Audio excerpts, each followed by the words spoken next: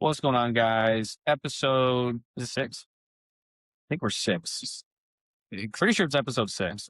Episode 6 of the podcast. We have officially figured out how to make this work. We got new mics. Both got their own mic, and this little device thing. Can't really see it, but this thing. So I think the quality is going to be a lot better, and hopefully it doesn't pick up echo, and hopefully I can stop buying stuff on Amazon. So shout out Amazon. So remember the week. Who are you guys thinking for Remember the Week this week? And why? Jen D. Why Jen? Comeback story. Yeah. Yeah, tell her story because obviously we spoke about her in a previous podcast, just her journey and stuff, but kind of dive into that a little bit on the changes she's seen and the Started improvements. late last year and already had planned out another hip replacement surgery with her that she was scheduled for December but moved it to January, just first week of January. Then did one workout right before the surgery happened.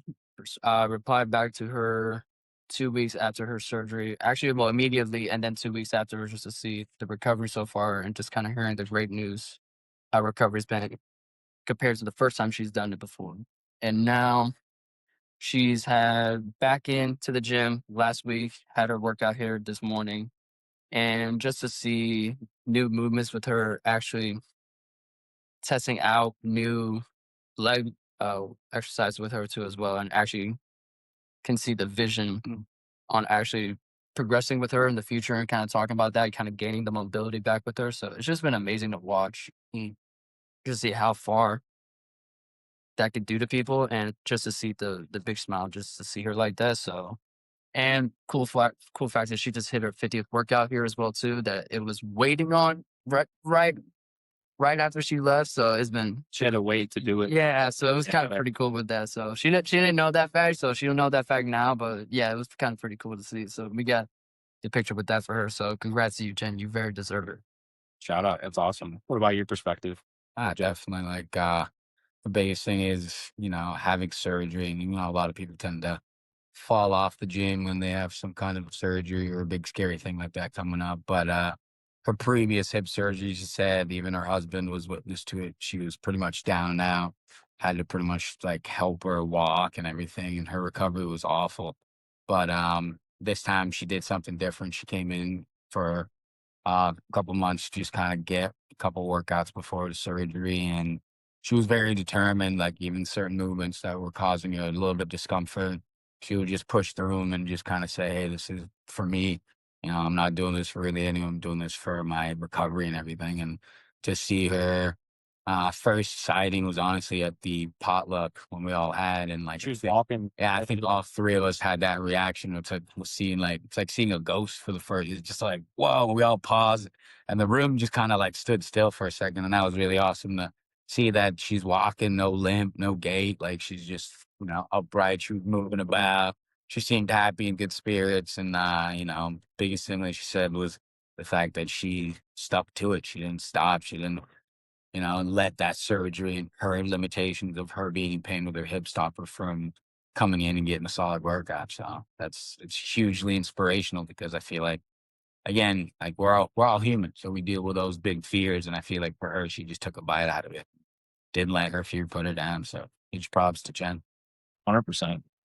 So topic of the week today is the importance of protein, especially when it comes to building muscle. Because a lot of times we see people, they go to the gym, they start working out, and they don't realize that most people actually need to eat more than what they're used to. They think that they need to eat less, but in reality, if you're building muscle and doing strength training, you actually probably need to eat more of the right things, obviously, not Pop-Tarts and McDonald's, but more of the things you need, like higher protein. So from your guys' perspective, what's the importance of protein in regards to strength training?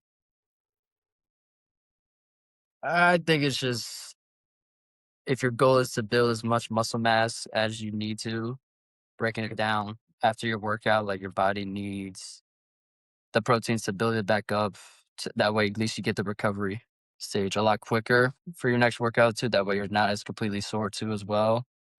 And even with the protein, also with the carbs as well too, because not a lot of people get the right protein, the right carbs before and after the workout, and a lot of people kind of time it wrong too. So you should want like the healthy stuff like fruits right before, like an hour before your workout, and then after your workout, then that's where you go heavy on the protein. Because a lot of people, what they do is they want to do like a protein shake right before, which I don't like, because then it just creates a lot of stomach issues for some people. So, but then I would tell them is like save that as like protein shake for after the workout. That way. Mhm. Yeah, because at the end of the day, really what you're doing, what people don't realize when you work out, you're actually ripping and tearing the muscle fibers. So if you do not have enough protein to repair it, you actually just lose the muscle. Yeah. So you need to make sure you have enough coming back into your system to replace what you just, not necessarily what you just lost, but like you're repairing the fibers that you just broke down. So what I thought would be kind of cool is Joe used to be a chef. So like obviously you have lots of ideas on how to make protein taste good. What are some things that like simple things people can do to make their meals taste better than it's high protein? High protein, simple, salt and pepper, and use natural oils and fats. Like using like tallow, beef tallow. Yeah, it's a little bit expensive, but it's a little bit on the healthier side, and it's delicious. That adds tremendous amounts of. What did you make for the cook? We did a cooking event. What did you make for everybody with a high protein meal? It was pretty much just strip steak, chimichurri, which is herbs and stuff you can have in there. And then we did a chicken breast taco. And that was just a cooked chicken breast, sliced it up, and did pico de gallo with some natural tomatoes and everything.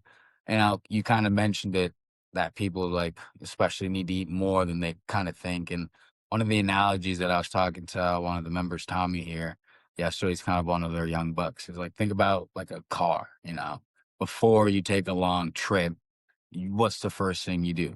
You check the fuel tank. If it's empty, you're going to fill it up, even if the trip's not going to take you to that, to empty tank. But a lot of people tend to overthink or underthink the importance of protein in that sense, where it's like, think about it like a gas tank. Like if you're working out 3-4 times a week and you're not getting as much protein as you should, or if you're thinking then you should get more because what you're doing, like you're beating up your muscles and not repairing them in that sense. So you're emptying a gas tank and not fueling it up the right way or with the right things. So a lot of people always ask, well, how much protein do I actually need? So like there's obviously a lot of different calculators and different things out there. 0.8 to 1 gram per pound of goal body weight is kind of like what you should shoot for. And do you guys agree with that? Yeah. For the most part. And most people start with 0.8 because you're probably not going to get a gram. Yeah. Because like if you think about it, if let's say you want to weigh 150 pounds, to get 150 grams of protein for the average person is a lot. It's a lot. It's 1.5 pounds of lean meat, to put it in perspective, of like super lean, like 0% fat meat. That's a lot of food. Yeah. So start small, get your goal weight, times that by 0.8, and that's how many grams of protein you should get. And I guarantee you most people, for the most part, will not get that from just food, which is why supplements come in hand for most people, whether it's a shake, a protein bar, things like that, because it helps you get it in without eating an entire meal. Now, Mark eats like, what, 4 meals a day, 3? Like 3 huge meals. What, a pound or 1.5 pounds of meat eat? My meal prep is like a pound of fish or a pound of ground meats, whatever, or a pound of actual Like when you're cooking for 3 days in advance? Yeah. Yeah. So like what do you obviously what's your goal weight? Put it that, like, to put in perspective. Well, right now I have to cut weight. Okay, so what do you want to get down to? I have to get down to 175. So that means you need about 175 grams or a little bit less than that grams of protein. What does your day look like right now? So if it's mornings, I eat at 12:15. I eat either, depending what I feel. I eat either my meal prep, which is like a pound. Like this week, I have a pound of ground chicken with spinach, sweet potatoes, and broccoli in it. Either I eat the whole pound of that or just a half a pound, but finish all my veggies. And after my workout, I'll finish that, and then I'll go back home, and then I'll have 6 eggs with the remaining of the meal prep, 6 eggs with cottage cheese in it, toast and avocado. And then at the end of the night, as my dessert, I'll do like a big old Greek yogurt bowl with my protein powder, scoop it in there, swirl it all up, put a little bit of milk in there as well for the protein and the calcium, and then bam, fruits, honey. That gives me at least about 180 there. One thing that helps for a lot of people is like, if there's a lot of different things you can do. You can count calories and macros and meal plans. It literally, if you can simplify it, simple is better. Simple scales, fancy fails. Yeah. So like, if you just do one thing and the only thing you do with your nutrition is just hit your protein goal, it is the most effective thing to do, because if you get that amount of food, which we know is a lot, you're probably not going to be hungry to eat all the other stuff. Exactly. So you're not, if you get 100, even 100 grams of Yeah. protein, well, for the average, you also eat, like we'll go out to a restaurant and our leftovers, he just eats everything after his entire meal. So And more. Yeah. So, but for the average person, they're just not hungry. Like that's what we hear a lot. I'm just not hungry. And that's usually because their metabolism is slow because they don't do strength training. So you do strength training, metabolism speeds up, you're more hungry, you get more protein, the cycle repeats. So basically to summarize it, get your goal weight, times it by 0.8. That's how many grams of protein you should hit, and just do that. Do it. You can always add more complexities later, but start simple. And then when you do that, you'll realize, well, I'm actually full, so I don't actually have enough room in my stomach to eat the cookies and the cakes and all the extra carbs and all. I'm not saying carbs and fats are bad. You need that, but I'm saying like you're not going to have enough room to do the other stuff. So that's my tip. Anything else with protein intake from you guys?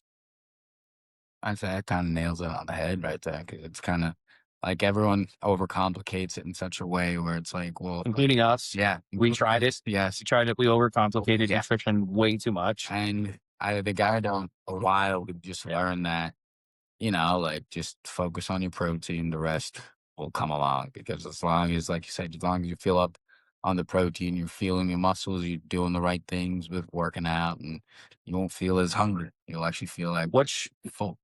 What's a good what's your guys' favorite protein snacks or shakes? That's a good idea. Like what's something that like I don't really do protein snacks unless it's like usually a bar or ready to go. If I'm like not really near my house, because I really do eat everything by my food. I'm really diligent about that. What about for you? I like the C-bun. Yeah. Protein powder. That one's good. It's the one I usually use. I like that one a lot. The chocolate one. Tried the vanilla one. Wasn't really that great. I mean, no offense. But I'm more of a chocolate kind of guy. So I like that one. And protein bars. Or the barbell ones that we got that time, or those the marshmallow ones. Those ones are pretty good. Like a good little snack. What's the fun topic of the week? And say since it's St. Patty's Day. Mm-hmm. And hopefully everyone's out there celebrating safely and responsibly. But so not saying to drink alcohol, but Top of the morning. Yeah. Top of the morning. That's not even Irish. Nah, not even. No matter. You're not from the. No, it does not. I lost it. Yeah, that's that. You're getting like it was like in the beginning when I first came this morning. It was good. It was pretty good. I used to that's what fries in this whole day. Now you sound like Swiss or something. I don't even know what you are. Top of the morning. Anyway. Yeah. You gotta be my cousin Seamus. Not saying to drink, but if you guys do drink, it's not St. Patty's Day. Drink. Get your carbs in. Yeah. What would you guys say is your favorite beer? I know you don't really drink beer that much. If it's the beer that I'm gonna take, it's a Modelo. Yeah. Yeah.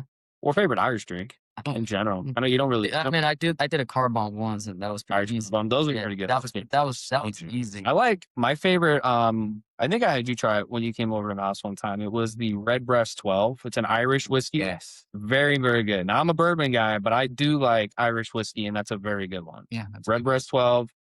Can't go wrong with a little Jameson. Can't go wrong. But that's when you get into whiskey, you're like, that's not very good. But I'd say Guinness is one of my all-time favorites. Yeah. That's a good classic one. And for those who've been to the great land of Ireland and gotten to that was a good one. Gotten to taste it.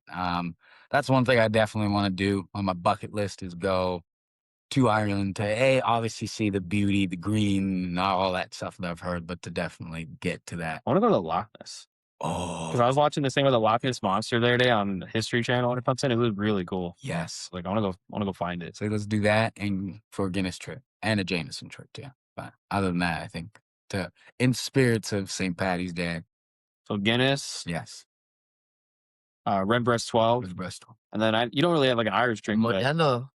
It's not even Irish at all. An Irish Modelo. You like cognac. Hell yeah. What is it? Hennessy. Yeah, you like Hennessy. Hennessy. Do you like that Remy Martin?